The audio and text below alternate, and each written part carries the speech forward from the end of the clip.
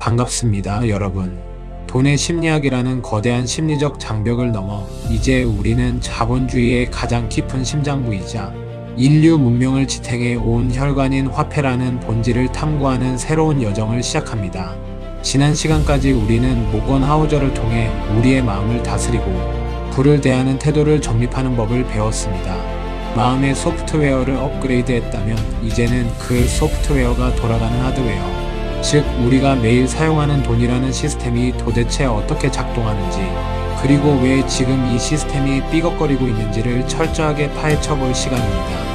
오늘부터 우리는 전세계 비트코이너들의 필독서이자 현대 경제학에 서 외면해온 화폐의 불편한 진실을 담은 책, 사이페딘 아모스의 역작 비트코인 스탠다드를 함께 깊이 있게 읽어나갈 것입니다.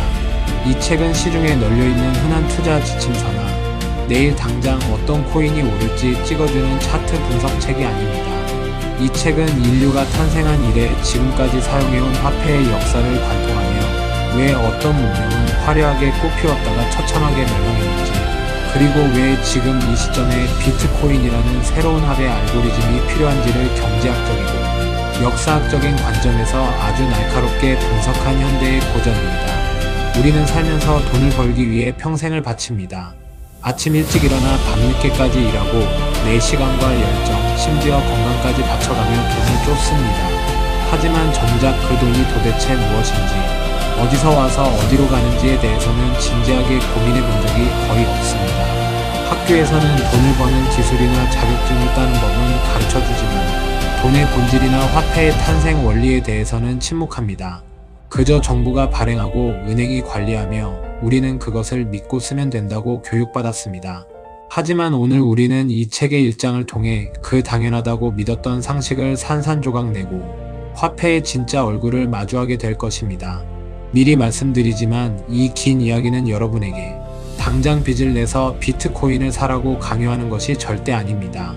이것은 단순한 투기 권유가 아니라 여러분이 피땀 흘려 모은 소중한 부를 지키기 위한 생존 지침서이자 지적 여정입니다. 레이 달리오는 제국의 흥망성쇠 사이클을 통해 화폐의 수명을 이야기했고, 마이클 세일러는 연력학 법칙을 통해 디지털 에너지를 외쳤으며, 린 알드는 거시경제의 모순을 지적하며 비트코인을 언급했습니다. 이 모든 거인들의 통찰이 바로 오늘 우리가 다룰 비트코인 스탠다드 1장의 내용과 깊이 연결되어 있습니다. 자, 그럼 인류 문명을 지탱해 온 화폐의 비밀스러운 역사 속으로 함께 들어가 보겠습니다. 가장 먼저 우리는 시계를 아주 먼 과거로 화폐가 존재하지 않았던 원시 시대로 돌려봐야 합니다. 상상해 보십시오. 화폐가 없는 세상에서 여러분은 구두를 아주 잘 만드는 장인입니다. 여러분은 며칠 밤을 새워 세상에서 가장 튼튼하고 멋진 구두 한 켤레를 만들었습니다. 그런데 오늘따라 너무 배가 고파서 사과가 먹고 싶습니다. 여러분은 구두를 들고 사과 농장 주인을 찾아가서 제안합니다. 이 멋진 구두를 드릴 테니 사과 한 바구니만 주십시오. 하지만 사과 농장 주인은 난감한 표정을 짓습니다. 왜냐하면 그는 이미 구두가 있기 때문입니다. 그에게 지금 당장 필요한 것은 구두가 아니라 물고기를 잡을 낚싯대입니다. 거래는 성사되지 않았고 여러분은 배고픔을 해결하지 못했습니다. 그럼 여러분은 사과를 얻기 위해 구두를 짊어지고 낚싯대를 만드는 사람을 찾아가야 합니다. 낚싯대를 구해서 사과 주인에게 가져다 줘야 하기 때문입니다. 그런데 낚싯대 장인을 찾아갔더니 그는 구두가 아니라 쌀을 원한다고 합니다. 이것이 바로 경제학에서 말하는 욕구의 이중일치 문제입니다. 내가 가진 물건과 상대방이 원하는 물건이 정확히 같은 시간과 장소에서 일치하기란 하늘의 별 따기만큼 어렵습니다. 이 상태에서는 그 어떤 거래도 원활하게 일어날 수 없습니다. 거래가 없으니 분업도 불가능하고 각자 필요한 모든 것을 스스로 만들어야 하는 자급자족의 상태에 머물게 됩니다.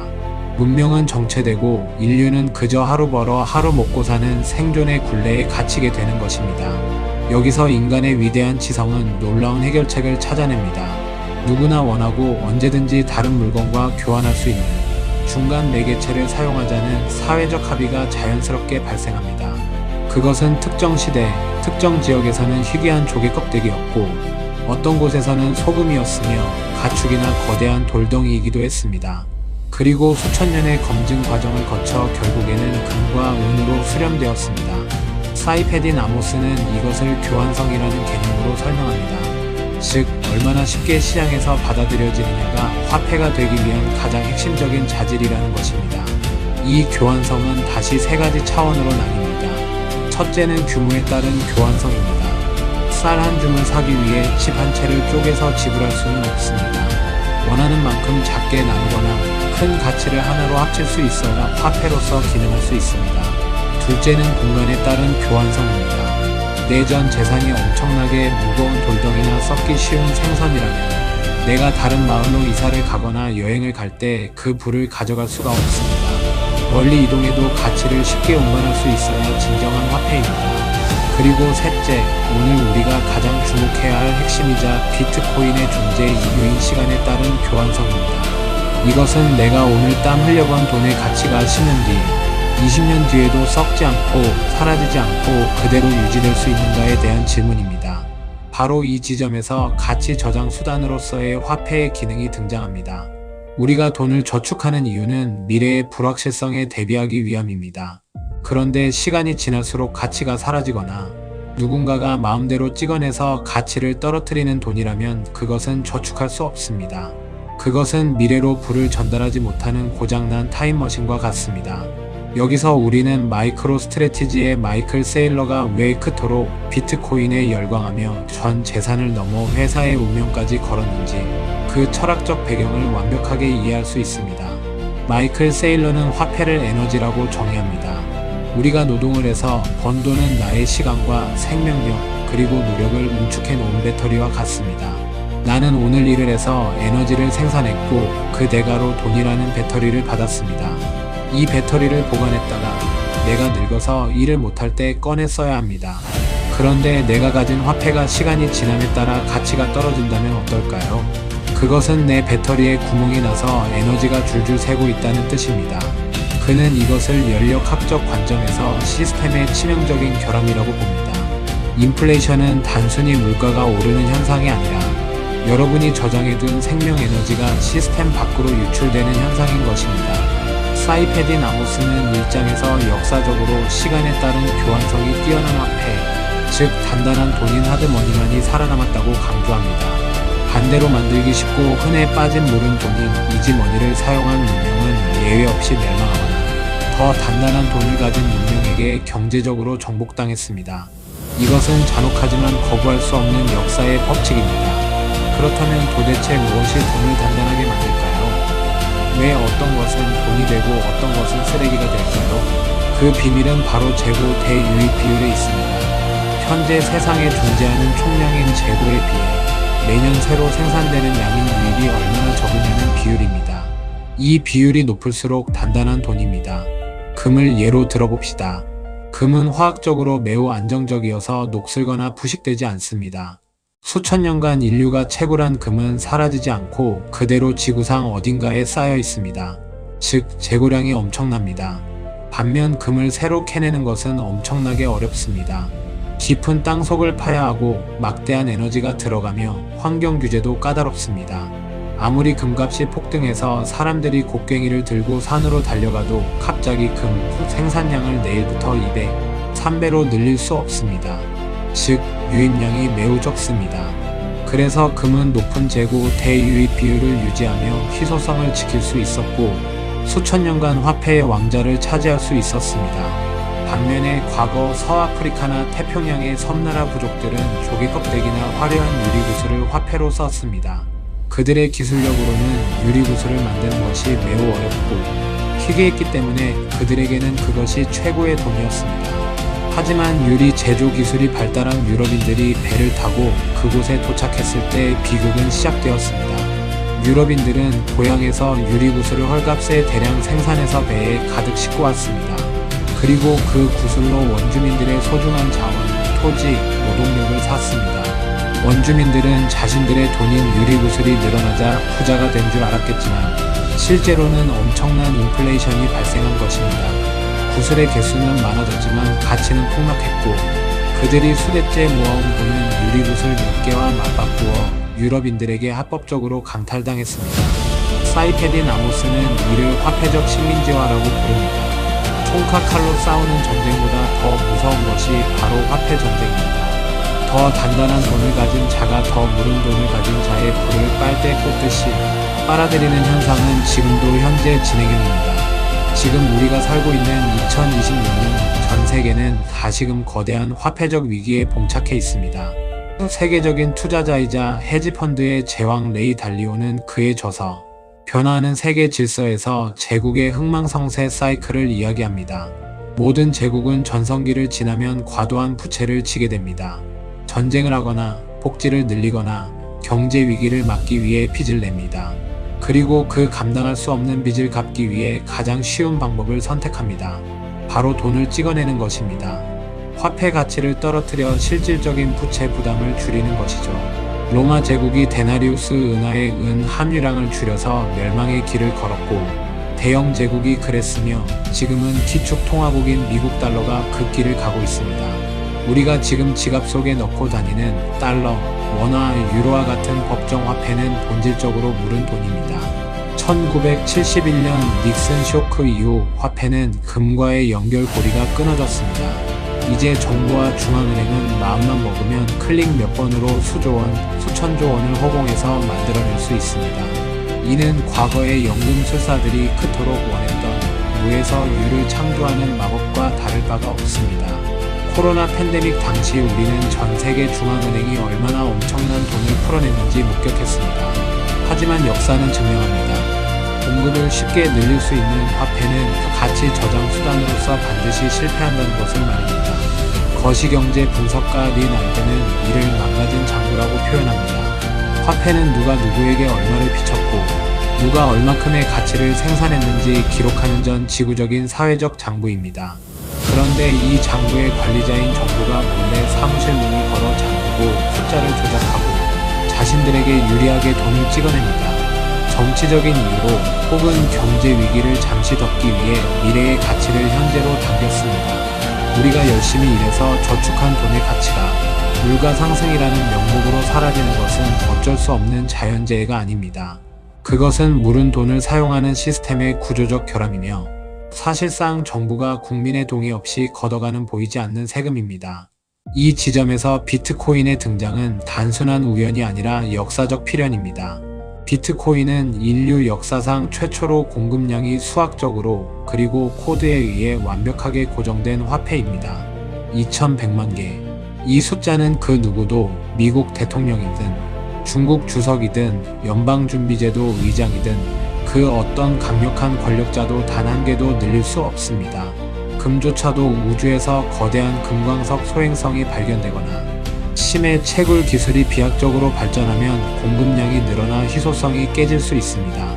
하지만 비트코인은 우주가 개벽해도 2100만 개입니다. 이것을 변경하려면 전 세계에 분산된 수만 개의 노드가 모두 동의해야 하는데 게임 이론적으로 자신의 자산 가치를 떨어뜨리는 일에 동의할 사람은 없으므로 불가능합니다. 즉, 비트코인은 금이 가지고 있던 물리적 제약인 공간의 이동성을 디지털 기술로 극복하고 금조차 완벽하지 않았던 희소성을 절대적인 수준으로 구현해낸 공학적 걸작입니다. 사이페딘 아모스는 비트코인이 단순히 송금을 빠르게 해주는 핀테크 기술 따위가 아니라 금보다 더 단단한 인류 역사상 가장 단단한 화폐라고 주장합니다.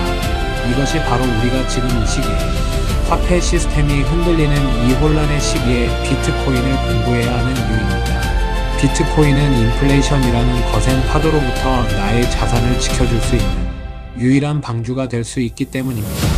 물론 이에 대한 강력한 반론도 존재합니다. 투자의 대가 워런 버핏은 비트코인을 쥐약의 제곱이라 부르며 아주 싫어합니다. 일장의 내용에 비추어 보면 버핏의 입장은 매우 흥미롭습니다. 버핏은 평생을 생산성 자산에 투자해온 사람입니다. 옥수수를 생산하는 농장, 물건을 만들어내는 공장, 서비스를 제공하는 기업처럼 무언가 부가가치를 창출하고 배당을 주는 자산을 선호합니다. 그는 금이나 비트코인처럼 가만히 있는 자산은 아무것도 생산하지 못하고 그저 누군가 더 비싸게 사주길 기다리는 것뿐이라고 비판합니다. 하지만 사이페딘 아모스의 관점에서 보면 버핏은 투자 대상과 화폐를 혼동하고 있는 것입니다. 화폐의 목적은 옥수수를 생산하는 것이 아닙니다. 화폐의 목적은 옥수수의 가치를 정확하게 측정하고 그 가치를 썩지 않게 미래로 보존하는 것입니다. 자가 스스로 길어졌다 줄어들었다 하면 건물을 지을 수 없듯이 화폐 가치가 정부의 마음대로 고무줄처럼 변하면 경제 계산이 불가능해집니다. 비트코인은 생산수단이 아니라 완벽한 척도이자 저장고를 지향합니다. 버핏은 자본주의 시스템 안에서 기업을 골라내는 데는 천재적인 능력을 가졌지만 그 자본주의가 돌아가는 화폐 시스템 자체의 결함에 대해서는 구시대적인 관점을 가지고 있을 수 있습니다. 그는 달러라는 시스템의 수혜자이기 때문에 달러의 붕괴를 상상하기 싫은 것일지도 모릅니다. 반면 비트맥스의 공동 창업자서 헤이즈는 비트코인을 철저하게 유동성의 관점에서 바라봅니다. 그는 제도권 금융의 정점에 있었던 트레이더 출신으로서 중앙은행이 경제 위기를 막기 위해 돈을 풀 수밖에 없는 상황, 즉 돈 복사 게임이 계속될 것임을 누구보다 잘 알고 있습니다. 아서 헤이즈에게 비트코인은 이 유동성 홍수 속에서 내 자산이 떠내려가지 않게 붙잡아주는 가장 민감하고 강력한 경보 시스템입니다. 그는 중앙은행이 돈을 찍어낼 때마다 혹은 찍어내려는 뉘앙스만 풍겨도 비트코인이 가장 먼저 반응하며 상승하는 것을 보았습니다. 그는 비트코인이야말로 조작되지 않는 유일한 시장이며 망가져가는 법정 화폐 시스템의 탈출구라고 믿습니다. 일장의 핵심 메시지 중 하나는 정부가 화폐를 독점했을 때 발생하는 필연적인 폐해입니다. 역사적으로 정부가 화폐 발행권을 독점하면 예외 없이 화폐 타락이 일어났습니다. 로마 제국의 데나리우스 은화 함유량이 100%에서 5%까지 줄어들며 제국이 몰락했듯이 현대 국가들도 인플레이션을 통해 국민의 부를 은밀하게 강탈합니다. 화폐 발행량을 늘리면 정부는 빚을 갚기 쉬워지지만 그 대가는 고스란히 화폐를 보유한 국민들이 물가 상승이라는 고통으로 치르게 됩니다. 월급은 쥐꼬리만큼 오르는데 집값과 밥값이 미친 듯이 오르는 현상. 이것이 바로 우리가 무는 돈을 쓰고 있다는 증거입니다. 비트코인은 이러한 정부의 독점에 대항하는 자유시장의 화폐입니다. 중앙 주체 없이 코드와 수학 그리고 참여자들의 자발적인 합의에 의해 돌아가는 시스템입니다. 비트코인을 흔히 무정부주의적인 화폐라고 하지만 사실은 가장 규칙이 엄격한 화폐입니다. 다만 그 규칙을 지키게 하는 주체가 부패할 수 있는 인간이 아니라 부패할 수 없는 수학이라는 점이 다를 뿐입니다. 이것은 단순히 기술적인 혁신을 넘어 화폐 권력을 소수의 권력자에게서 개인에게로 되찾아오는 정치적이고 철학적인 혁명입니다. 비트코인 전도사 안드레아스 안토노플로스가 말했던 키를 가지지 못한 자, 코인을 가질 수 없다는 말은 결국 내 돈의 주인은 나 자신이어야 한다는 금융주권 선언과도 같습니다. 우리가 돈의 심리학에서 배웠던 독립성을 기억하십니까? 모건 하우절은 내 시간을 내 마음대로 쓸 수 있는 능력이 부의 핵심이라고 했습니다. 비트코인 스탠다드 1장은 그 독립성을 지키기 위해서는 내 자산이 누군가에 의해 희석되거나 압류되거나 검열당하지 않아야 한다고 말합니다. 내 은행 계좌는 정부가 동결할 수 있습니다. 전쟁이 나거나 위기 상황이 닥치면 내 금고에 금도 압수될 수 있습니다. 하지만 내 머릿속에 기억된 12개의 단어, 시드 문구로 보호되는 비트코인 지갑은 그 누구도 건드릴 수 없습니다. 이것이 진정한 의미의 자유이자 독립입니다. 오늘 우리는 비트코인 스탠다드 1장을 통해 돈의 기원과 본질에 대해 아주 깊이 있게 살펴보았습니다. 내용을 다시 한번 정리해 보겠습니다. 인류는 거래의 불편함인 욕구의 이중일치를 해소하기 위해 화폐를 발명했습니다. 그리고 역사적으로 공급량을 늘리기 어려운 단단한 돈, 즉 재고 대 유입 비율이 높은 돈만이 가치 저장 수단으로 살아남았습니다. 무른 돈을 썼던 문명은 모두 사라졌습니다. 그리고 21세기 우리는 디지털 기술을 통해 금보다 더 단단하고 더 이동하기 쉬운 비트코인이라는 발명품을 목격하고 있습니다. 다시 한번 강조하지만 오늘 이 이야기는 지금 당장 빚을 내서 비트코인을 풀매수하라는 이야기가 절대 아닙니다. 비트코인은 여전히 아직도 성숙하지 않은 자산이며 가격 변동성이 매우 큽니다. 아직은 거대한 실험의 단계일 수도 있습니다. 하루에도 수십 %씩 오르내리는 이 야생마 같은 자산의 전 재산을 덜컥 넣는 것은 투자가 아니라 도박입니다.